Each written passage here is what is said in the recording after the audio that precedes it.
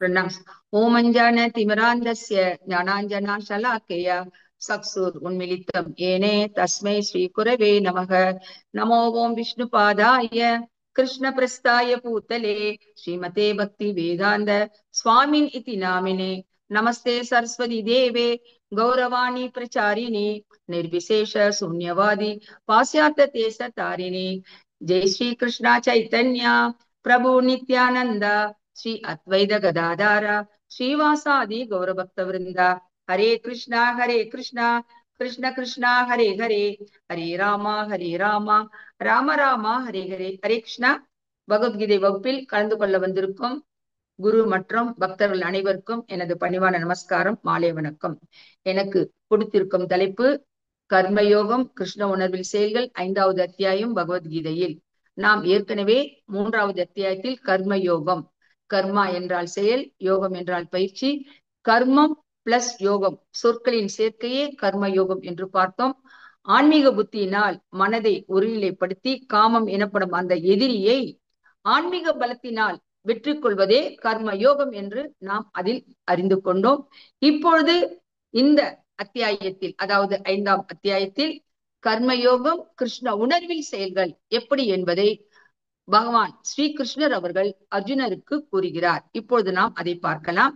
முதல் பதத்தில் அர்ஜுனரின் கேள்வி என்னவென்றால், முதலில் செயலை துறப்போம் என்று கூறுகிறீர், பின்னர் பக்தியுடன் செயலாற்ற வேண்டும் என்று சிபார்சு செய்கிறீர். இதில் எது சிறந்தது? கிருஷ்ணா, நீங்களே இதற்கு விளக்கம் தாருங்கள் என்று கூறுகிறார். அதற்கு பகவான் கூறுகிறார், இரண்டுமே பக்திக்கு உகந்ததுதான். ஆனாலும் செயலை துறப்பதை விட பக்தி தொண்டில் ஈடுபடுவதுதான் உத்தமம், சால சிறந்தது என்று இங்கு அறிவுறுத்தப்படுகிறார்.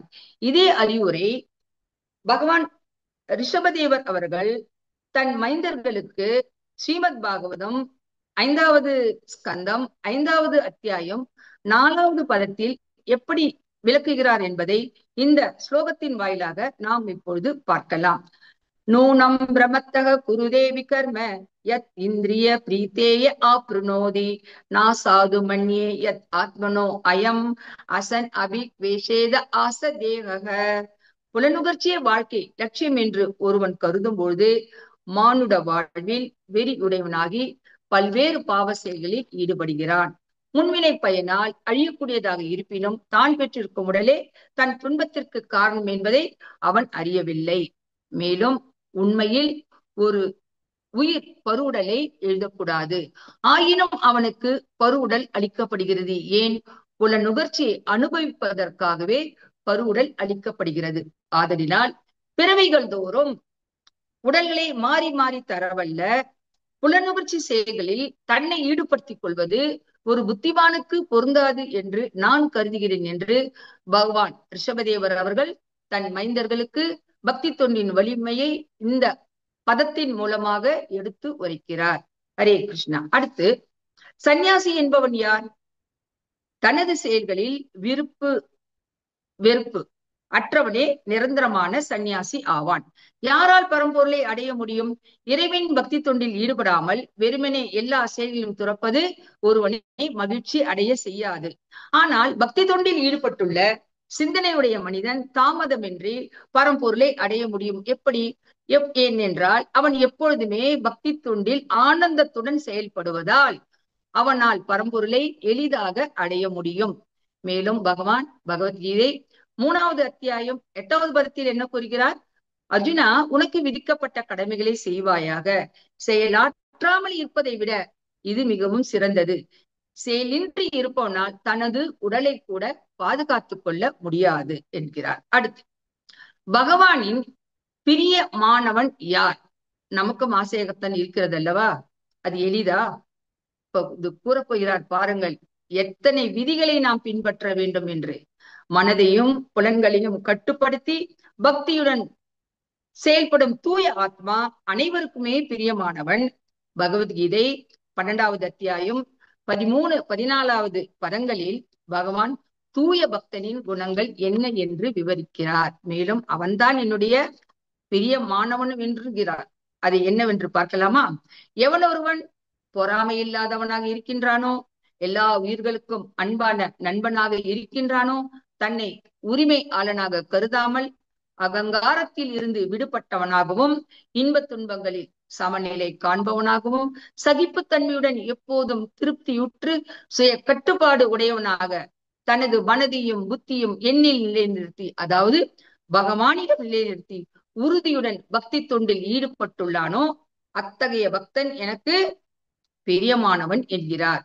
பக்தி தொண்டில் இத்தகு உயர்நிலை ஐயமின்றி எளிமையானதா கடுமையானதா?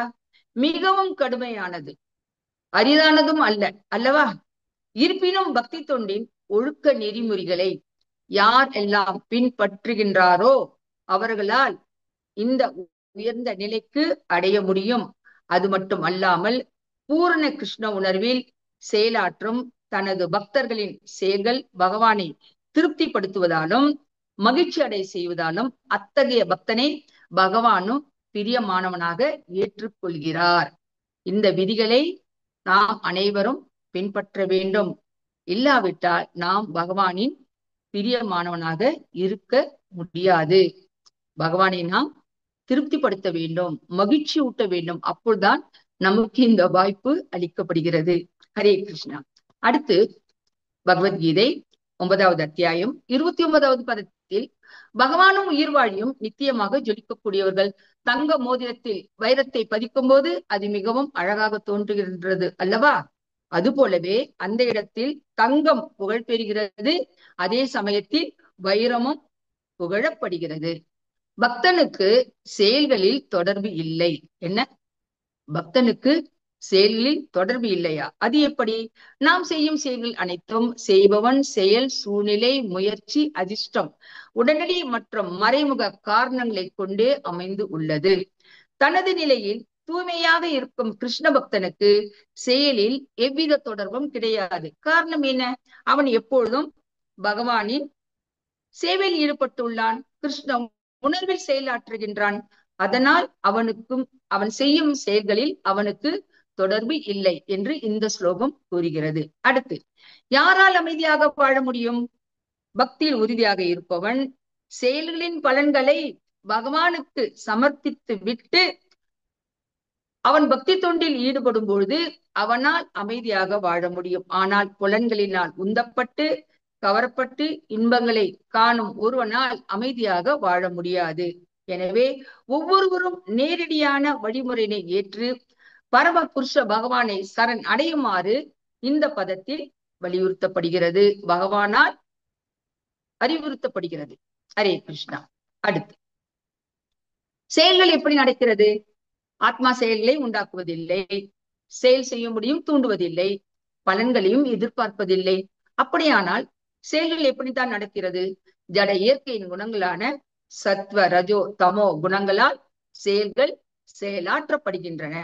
பகவத்கீதை 18வது அத்தியாயம் 19வது பதத்தில் பகவான் மேலும் கூறுகிறார், ஞானம் கர்ம சா கர்த்தா சாத்ரி தைவ குண பேததக புரோச்யதே குண சங்கியானே யாதவ ஸ்ருணு தான் யபி. யாதவ ஸ்ருணு தான் யபி. என்ன மீனிங் இதுக்கு? இந்த ஸ்லோகத்திற்கு ஜட இயற்கையின் 3 வேறுபட்ட குணங்களுக்கு ஏற்ப அறிவு, செயல்கள் ஆகியவற்றிலும் 3 வகைகள் உள்ளன. எப்படி குணங்கள், என்ன குணங்கள் இருக்கு? சத்வகுணம், ரஜோகுணம், தமோகுணம் இருக்கிறது. அது போன்றுதான் அறிவு, செயல் செய்பவன் என்றும் 3 வகைகள் உள்ளன. அதை தற்போது என்னிடமிருந்து கேட்பாயாக என்கிறார் பகவான். மேலும் 18வது அத்தியாயம் 20வது பதத்திலிருந்து 40வது பதம் வரை சத்வ ரஜோ தமோ குணங்கள் உள்ளவர்களின் அறிவு எப்படி இருக்கும், செயல்கள் என்ன, குணங்கள் என்ன, அவர்களின் மன உறுதி என்ன, சுகம் ஆகியவற்றை பற்றியும் ஜட இயற்கையின் குணங்கள் எவ்வாறு அகிலம் முழுவதும் முழு ஆதிக்கம் செலுத்துகின்றன என்பதையும் சுருக்கத்துடன் பகவான் அங்கு விவரித்து உள்ளார். ஹரே கிருஷ்ணா. நெக்ஸ்ட், அடுத்தது என்ன என்று பார்க்கலாம். பர தத்துவம் என்றால் என்ன? கிருஷ்ண உணர்வில் செயல்படும் பக்தன் எல்லா கலங்கங்களிலிருந்தும் விடுபட்டு பர தத்துவம் பற்றிய அனைத்திலும் பூரண ஞானம் உள்ளவன். பூரண உண்மை 3 நிலைகளில் உள்ளன. இம்மூன்றும் ஒன்று தான் என்றாலும் ஒரே நிலை அல்ல, சமநிலை கிடையாது. ஒவ்வொன்றும் ஒரு நிலை. அதை இப்பொழுது நாம் காணலாம். ஒண்ணு பிரம்மன், அருவமாக எங்கும் நிறைந்திருக்கும் தன்மை. அடுத்தது பரமாத்மா, நமக்கு எல்லாருக்குமே தெரியும். எல்லா உயிர் வாழிகளின் இதயத்திலும் வசிக்கும் முழுமுதற் கடவுளின் ரூபம். மூன்றாவது என்ன? பகவான், மிக உயர்ந்த நிலை என்பது பூரண உண்மையின் இறுதி நிலை. கிருஷ்ண பக்தர்கள் ஆகிய நாம் எந்த நிலையில் உள்ளோம்? எதை ஏற்றுக்கொண்டு உள்ளோம்? பூர்ண உண்மையான பகவான் என்ற நிலையை ஏற்றுக்கொண்டு நாம் பக்தி தொண்டில் செயலாற்றி வருகின்றோம். இம்மூன்று தெய்வீக நிலையிலை சூரியனை உதாரணமாக கொண்டு பகவத்கீதை 2வது அத்தியாயம் 2வது பதத்தில் விளக்கப்பட்டிருக்கிறது. இதை நாம் இப்பொழுது காணலாம். சூரியனுக்கு 3 வெளித்தோற்றங்கள் உண்டு. அவை என்ன? சூரிய ஒளி, சூரியன் மேற்பரப்பு அல்லது சூரிய வட்டம், சூரிய கிரகம். சூரிய ஒளியை மட்டுமே கற்பவன் ஆரம்ப நிலை மாணவன். அவனுக்கு ஒப்பாக எதை கூறலாம்? பிரம்மன் நிலையில் அவனை ஒப்பிடலாம். அடுத்தது சூரியனின் மேற்பரப்பு. சூரிய வட்டத்தை அறியும் மாணவன் பூரண உண்மையின் பரமாத்மா தோற்றத்தை அறிபவனுடன் அவனை ஒப்பிடலாம். இது 2வது. 3வது என்ன? சூரிய கிரகம். மேலே குறிப்பிட்ட 2 நிலையிலிருந்தும் முன்னேறியவன் தான் இந்த 3வது நிலை அறிந்தவன். பூர்ண உண்மையின் நிலை, அதாவது பகவானின் நிலையை உணர்ந்தவன் ஆகிறான். பூர்ண உண்மையின் நிலையான பகவானின் நிலையை உணரக்கூடிய பக்தர்களே அனைத்து ஆன்மீகவாதிகளிலும் சிறந்தவர்கள், உயர்ந்தவர்கள் ஆவார்கள். சூரிய ஒளி, சூரிய வட்டம், சூரிய கிரகத்தின் உட்செயல்கள் ஆகியவை ஒன்றை ஒன்று பிரிக்க முடியாதவை, மூன்றுமே இணைந்தவைத்தான். இருப்பினும் இவர்கள் மூவரின் நிலை சமநிலை கிடையாது. ஒவ்வொன்றும் ஒவ்வொரு அளவில் உள்ளது. பூர்ணத்துவம் பெற்றவர்கள் பகவான் நிலையை புரிந்தவர்கள் அல்லது உணர்ந்தவர்கள் ஆவார்கள். வேத இலக்கியங்கள் அனைத்தையும் தொகுத்த மாபெரும் முனிவரும் ஸ்ரீல வியாசதேவர் அவர்களின் தந்தையுமான பராசர முனிவர் அவர்கள் பகவான் என்பதற்கு 6 ஐஸ்வர்யங்கள் பொருந்தியவர் என்று கூறுகிறார். அந்த 6 ஐஸ்வர்யங்கள் தான் என்ன? அழகு, அறிவு, புகழ், கல்வி, செல்வம், துறவு, வீரம். இவை அனைத்தும் பொருந்தியவர் பகவான் ஸ்ரீ கிருஷ்ணர் ஆவார். ஹரே கிருஷ்ணா. அடுத்து, எப்போது நமக்கு அனைத்தும் வெளிப்படுகின்றன? எப்போது நமக்கு அனைத்தும் வெளிப்படுகின்றன? பகவத்கீதை 7வது அத்தியாயம் 19வது பதத்தில் என்ன கூறுகின்றனர்? பகுநாம் ஜென்மனாம் அந்தே ஞானவான் மாம் பிரபத்யதே.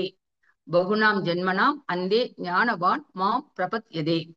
பற்பல பிறவிகளை கடந்த பின் ஞானத்தின் பக்குவம் அடைந்து கிருஷ்ணரிடம் அடையும் போது, அதாவது கிருஷ்ண உணர்வில் செயல்படும் போது, பகலில் சூரியனால் அனைத்தும் வெளிப்படுத்துவதை போல் அவனுக்கு அனைத்தும் வெளிப்படுத்தப்படுகிறது. அதாவது எப்பொழுது கிருஷ்ண உணர்வில் செயல்படும் போது அனைத்தும் அவனுக்கு வெளிப்படுத்தப்படுகிறது.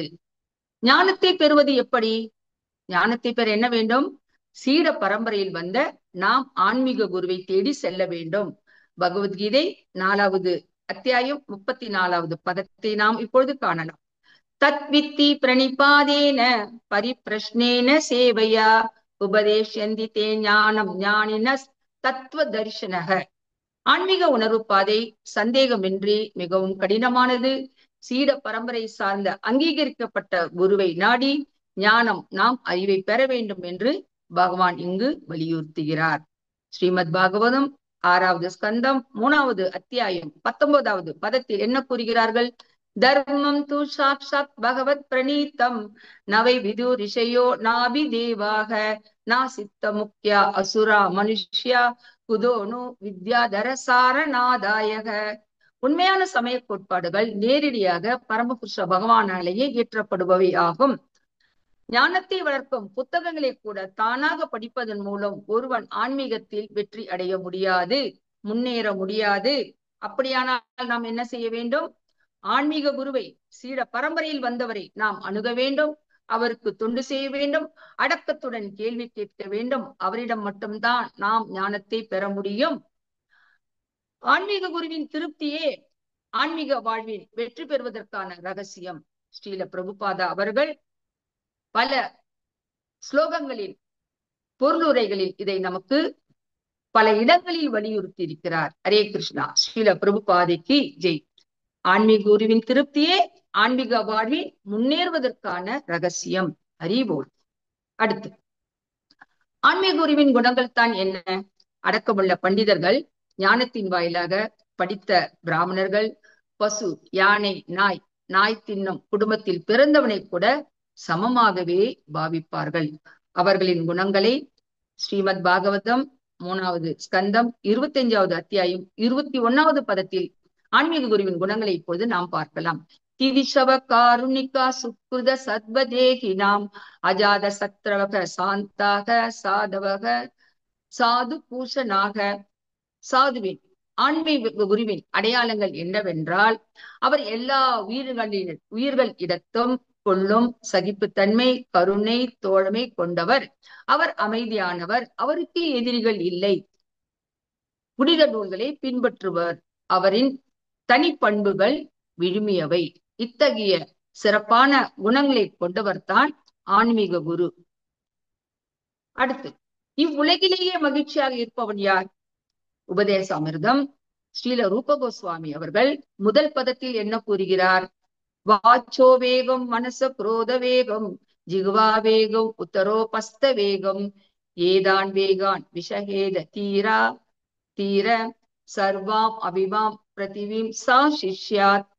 பேச்சின் தூண்டிதல், மனதின் ஆசைகள், கோபத்தின் செயல்கள் மற்றும் நாக்கு, வயிறு, பாலுறுப்புகளின் தூண்டுதல்களை பொறுத்து கொள்ளக்கூடிய நிதான புத்தியுடைய ஒருவர் உலகம் முழுவதும் சீடராக ஏற்றுக்கொள்ளப்படுவார். அது மட்டுமல்லாமல் அவர் கோஸ்வாமி என்றும் அழைக்கப்படுகிறார். அதனால் நாம் புலன்களுக்கு அடிமையாகாமல் புலன்களை நம் கட்டுப்பாட்டிற்குள் கொண்டு வந்தோமானால் நாமும் சிறந்த சீடராகவும் கோஸ்வாமியாகவும் ஆகலாம் என்பதை இந்த பதத்தின் மூலமாக ஸ்ரீல ரூப கோஸ்வாமி அவர்கள் விளக்குகிறார். ஹரே கிருஷ்ணா. அடுத்து, மகிழ்ச்சி அடையாதவன் யார்? ரிஷபதேவர் தன் மைந்தர்களுக்கு கூறுகிறார். ஸ்ரீமத் பாகவதம் 5வது ஸ்கந்தம் 5வது அத்தியாயம் 1வது ஸ்லோகா. ரிஷப உவாச்ச நாயம் தேகோ தேகபாஜாம் நிருலோகே கஷ்டான் காமான் அர்க்கதேவித் புஜாம் ஏ தவோ திவ்யம் புத்திரகா ஏன சத்துவம் சுத்தயே தஸ்மாத் பிரம்ம சௌக்கியம் துவ ஆனந்தம். பகவான் ரிஷபதேவர் தன் மைந்தர்களிடம் கூறினார், அன்பு மைந்தர்களே, பல உடல்களை பெற்றிருக்கும் இவ்வுலகில் உள்ள அனைத்து உயிர்களிலும் மனித உடலை பெற்றவன் கேவலமான புல நுகர்ச்சிக்காக இரவும் பகலும் கிடந்து கடினமாக உழைக்க கூடாது. ஏனெனில் மலத்தை தின்னும் நாய்களுக்கும் பன்றிகளுக்கும் கூட இந்த புலனுகர்ச்சி இருக்கிறது. ஆதலினால் பக்தி தொண்டில் முன்னேற ஒருவன் தவத்தையும் துறவு நெறியையும் மேற்கொள்ள வேண்டும். இதனால் அவனது உள்ளம் தூய்மை அடைகிறது. மேலும் இந்நிலையை அடையும் போது பௌதிக இன்பத்திற்கும் மேலாக என்றும் தொடர்ந்து இருக்கக்கூடிய நிரந்தரமான ஆன்மீக வாழ்வை அவன் எய்துகிறான் என்று தன் மைந்தர்களுக்கு கூறுகிறார். ஒருவன் எந்த அளவிற்கு ஜட இயற்கையில் மயங்குகின்றானோ, ஜட இன்பங்களில் மயங்குகின்றானோ, அந்த அளவிற்கு அவன் ஜட துன்பங்களால் பாதிக்கப்படுவான். மீண்டும் கூறுகிறேன், ஒருவன் எந்த அளவிற்கு ஜட இன்பங்களில் பௌதிக ஆசையில் சிக்கிக் கொள்கின்றானோ அந்த அளவிற்கு ஜட துன்பங்களும் அவனை தேடி வரும் என்பது இங்கு வலியுறுத்தப்படுகிறது. கிருஷ்ண பக்தன் உயர்ந்தவன், மகாத்மா எப்படி? மனித சமுதாயத்திற்கு உடல் சம்பந்தமான தொண்டுகளை மட்டும் செய்வதில் ஈடுபட்டுள்ளவன் உண்மையில் எவருக்கும் உதவி செய்ய முடியாது. ஆனால் கிருஷ்ண பக்தியில் முழுமையாக ஈடுபட்டிருக்கும் கிருஷ்ண பக்தர்கள் உலகில் உள்ள எல்லா உயிர் வாழிகளுக்கும் நற்பணி செய்பவன் என்று கூற முடியும். ஸ்ரீமத் பாகவதம் 5வது ஸ்கந்தம் 5வது அத்தியாயம் 2வது ஸ்லோகத்தின் மூலமாக இதை நாம் பார்க்கலாம். மகத் சேவாம் துவாராம் ஆகூர் விக்தேஸ் தமோ துவாராம் யோஷிதாம் சங்கி சங்கம் மகந்தாஸ்தேம் சம சித்தாக பிரசந்தா விமன்யவக சுக்ருத சாதவோயே. மகத் சேவாம் துவாராம் ஆகூர் விக்தேஸ் தமோ துவாராம் யோஷிதாம் சங்கி சங்கம் மகாந்தாஸ்தே சமசித்தா பிரசந்தா விமன்யவக சுக்ருத சாதவோயே. மகாத்மாக்கள் சமநோக்கு உடையவர்களாகவும் பக்தி தொண்டில் முற்றிலும் ஈடுபட்டவர்களாகவும் அவர்கள் சினத்தினை தவிர்த்து அனைத்தின் உயிர்களுக்காக பாடுபடுபவர்கள் ஆவார்கள். அது மட்டுமல்லாமல் அவர்கள் பிறர் வெறுக்கத்தக்க முறையில் நடந்து கொள்வதும் இல்லை. இத்தகையவர்களே மகாத்மாக்கள் என்று அழைக்கப்படுகின்றனர். நெக்ஸ்ட், இதற்கு உதாரணம் முதல் ஸ்கந்தம் 7வது அத்தியாயம் 40வது பதத்தில் பகவான் கிருஷ்ணர் அவர்கள் அர்ஜுனனிடம் கூறுகிறார், அஸ்வத்தாமனை விடாதே, அவன் மத கொள்கைகளை மீறியுள்ளான், அவனை கொன்றுவிடு என்று கூறுகிறார். ஆனாலும் அர்ஜுனர் அதை செய்யவில்லை. ஏன்? அர்ஜுனன் மகாத்மா என்பதில் சந்தேகம் இல்லை. துரோணரின் மகனை கொல்வதற்கு அவர் நேரடியாகவே பகவானாலேயே ஊக்கமளிக்கப்படுகிறார். ஆனால் ஒருவருக்கும் பயன்படாத எல்லா வகையான வெறுக்கத்தக்க செயல்களையும் விரும்பியவாறு அஸ்வத்தாமன் செய்தார். அப்படி இருந்தும் தனது மரியாதைக்குரியரான ஆசிரியர் துரோணாச்சாரியார் அவர்களின் மகன் என்ற காரணத்தினால் பகவானால் வலியுறுத்தப்பட்டும் அர்ஜுனர் அங்கு அஸ்வத்தாமனை மன்னிக்கிறார், விட்டு விடுகிறார். இதுதான் சிறந்த பக்தனின் குணமாகும். எனவே இந்த இடத்தில் பார்த்தோமானால் உண்மையில் அர்ஜுனன் மகாத்மா தான். சிறந்த பக்தனின் குணங்கள் அவரிடம் இருக்கின்றன. ஹரே கிருஷ்ணா. அடுத்து, முக்தியை அடைவதற்காக தொடர்ந்து பாடுபடும் சாதுக்களில் கிருஷ்ண பக்தனே சிறந்தவன் என, முக்தியை அடைவதற்காக பாடுபடும் சாதுக்களில் கிருஷ்ண பக்தனே சிறந்தவன். எப்படி? ஸ்ரீமத் பாகவதம் 4வது ஸ்கந்தம் 2வது அத்தியாயம் 39வது பதத்தின் மூலமாக நாம் இதை காணலாம். யத் பாத பங்கஜ பலாச விலாச பக்தியா கர்மாஸ்யம் கிரதித்தம் உக்ரதயந்தி சந்தக ததவண்ணாரிக்தமதையோ யதையோ அப்ருத சுதோகனாஸ்தம் அரணம் பஜ வாசுதேவம். என்ன சொல்றாரு இதுல? பகவானின் தாமரை திருவடியில் உள்ள விரல்களுக்கு எப்போதும் பக்தி தொண்டு செய்யும் பக்தர்களால் பலன் தரும் செயல்களின் மீதான வன்மை மிக்க ஆசையினை ஒழிக்க முடியும். இது மிகவும் கடினமானது. அதனால் ஞானிகள் யோகிகள் போன்ற பக்தர்கள் என்னத்தான் முயற்சி செய்தாலும் அதனை அவர்களால் அடைய முடியாது. அதனால் நீ வசுதேவரின் மைந்தரான கிருஷ்ணரின் பக்தி தொண்டில் ஈடுபடுவாயாக என்று இங்கு அறிவுறுத்தப்படுகிறார்கள். ஹரே கிருஷ்ணா. இதற்கு மேலும் ஒரு உதாரணம் காணலாம். மீன் தனது குஞ்சுகளை பார்வையாலேயே வளர்க்கின்றது. ஆமை அதன் குட்டிகளை தியானத்தினால் வளர்க்கின்றது. ஆமையின் முட்டைகள் எங்கு இருக்கும்? கரையில் இருக்கும். ஆமை எங்கு இருக்கும்? நீருக்குள் இருந்து தியானம் செய்கின்றது. அதுபோலவே கிருஷ்ண உணர்வில் உள்ள பக்தன் இறைவனின் இடத்தை விட்டு வெகு தூரத்தில் இருந்தாலும் கிருஷ்ண உணர்வில் செயல்படுவதன் மூலம் இடையுறாது அவரை எண்ணி தன்னை அந்த இருப்பிடத்திற்கு இணைத்துக் கொள்ளுகிறான், உயர்த்தி கொள்கிறான். அவன் ஜட துன்பங்களை உணர்வதில்லை. ஹரே கிருஷ்ணா. கடைசி ஸ்லோகா 5வது அத்தியாயத்துல 29வது பதத்தில் முடிவுரைக்கு வந்து விட்டோம். இப்பொழுது பகவான் என்ன கூறுகிறார் அர்ஜுனருக்கு? போக்தாராம் யஜ்ஞதபசாம் சர்வலோக மகேஸ்வரம் சுக்ருதம் சர்வபூதானாம் ஞாத்வாமாம் சாந்தி ருச்சதி. மாயாசக்தியின் பிடியில் சிக்கியுள்ள அனைத்து கட்டுண்ட ஆத்மாக்களும் பௌதிக உலகில் எதை தேடுகின்றனர்? அமைதியை தேடுகின்றனர். அவங்க இருக்கிறது எது? மாயாசக்தியின் பிடியில் சிக்கி உள்ளார்கள் எல்லா கட்டுண்ட ஆத்மாக்களும். ஆனா பௌதிக உலகில் எப்படி அவர்கள் அமைதியை அடைய முடியும்? எப்படி அவர்களுக்கு கிடைக்கும்? ஆனால் பகவத்கீதையில் இப்பிரிவில் கூறப்பட்டிருக்கும் அமைதிக்கான வழி என்ன என்பது அவர்களுக்கு தெரியவில்லை. காரணம், அவர்கள் படிக்கவில்லை, இது போன்ற வகுப்புகளில் கலந்து கொள்வதும் கிடையாது, ஆன்மீக குருவை அணுகவில்லை. மனிதனின் எல்லா செயல்களையும் அனுபவிப்பவர் பகவான் ஸ்ரீ கிருஷ்ணரே என்பதை அவர்கள் உணர வேண்டும். அவரே எல்லா லோகங்களுக்கும் தேவர்களுக்கும் உரிமையாளர் என்பதால் அனைத்தையும் பகவானின் சேவையில் நாம் அர்ப்பணிக்க வேண்டும். அவரை விட உயர்ந்தவர் இல்லை, அவரை விட சிறந்தவர் இல்லை என்பதை நாம் புரிந்து கொள்ள வேண்டும். மற்றும் பிரம்மா சிவனை விட மிக உயர்ந்தவர், சிறந்தவர், முழு முதற் கடவுள் பரமபுருஷ பகவான் ஸ்ரீ கிருஷ்ணரே என்பதை நாம் அறிந்தால் ஒழிய நாம் இந்த உலகத்தில் அமைதியை பெற முடியாது. அமைதியை பெறுவதற்கு ஒரே வழி பகவானிடம் சரணடைய வேண்டும். கிருஷ்ண உணர்வில் நாம் செயலாற்ற வேண்டும். அவர்தான் முழு முதற் கடவுள் என்பதை நாம் கட்டாயம் நாம் ஏற்றுக்கொள்ள வேண்டும். ஹரே கிருஷ்ணா. அடுத்து இப்பொழுது நாம் முடிவுரையை காணலாம். இந்த ஸ்லோகத்தின் இந்த அத்தியாயத்தின் தலைப்பு என்ன? கர்மயோகம், கிருஷ்ண உணர்வில் செயல். கர்மயோகம் என்ற பெயரால் பொதுவாக அறியப்படும் இந்த 5ஆம் அத்தியாயம் கிருஷ்ண உணர்வில் எப்படி பயிற்சி செய்ய வேண்டும் என்பதை நமக்கு தெள்ள தெளிவாக உணர்த்துகிறது. கிருஷ்ண உணர்வில் எப்படி பக்தி தொண்டு செய்ய வேண்டும் என்பதை அர்ஜுனன் மூலமாக இங்கு நாம் பெறுகிறோம். கிருஷ்ண உணர்வின் செயலாற்றுவது என்றால் முழு கிருஷ்ண உணர்வில் மிக உயர்ந்த ஆளுநர் ஸ்ரீ கிருஷ்ணர் என்ற நம்பிக்கையில் நாம் அறிவுபூர்ணமாக செயல்பட வேண்டும். நேரடியான பக்தி யோகம் என்பது கிருஷ்ண உணர்வில் செயலாற்றுவதே. நேரடியான பக்தி யோகம் என்பது என்ன? கிருஷ்ண உணர்வில் செயலாற்றுவதே. கிருஷ்ண உணர்வானது ஒருவனை எங்கு அழைத்து செல்கிறது? கிருஷ்ண உணர்வானது ஒருவனை ஆன்மீக பாதைக்கு அவனை அழைத்து செல்கிறது.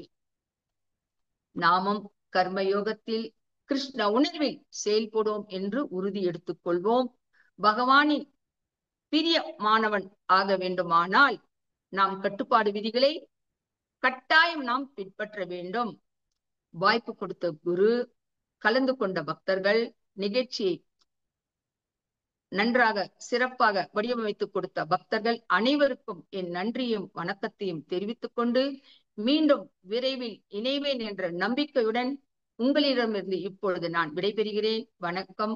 Hare Krishna Hare Krishna Krishna Krishna Hare Hare, Hare Rama Rama Ram Hare Hare. Thank you very much. Hare Krishna. நன்றி.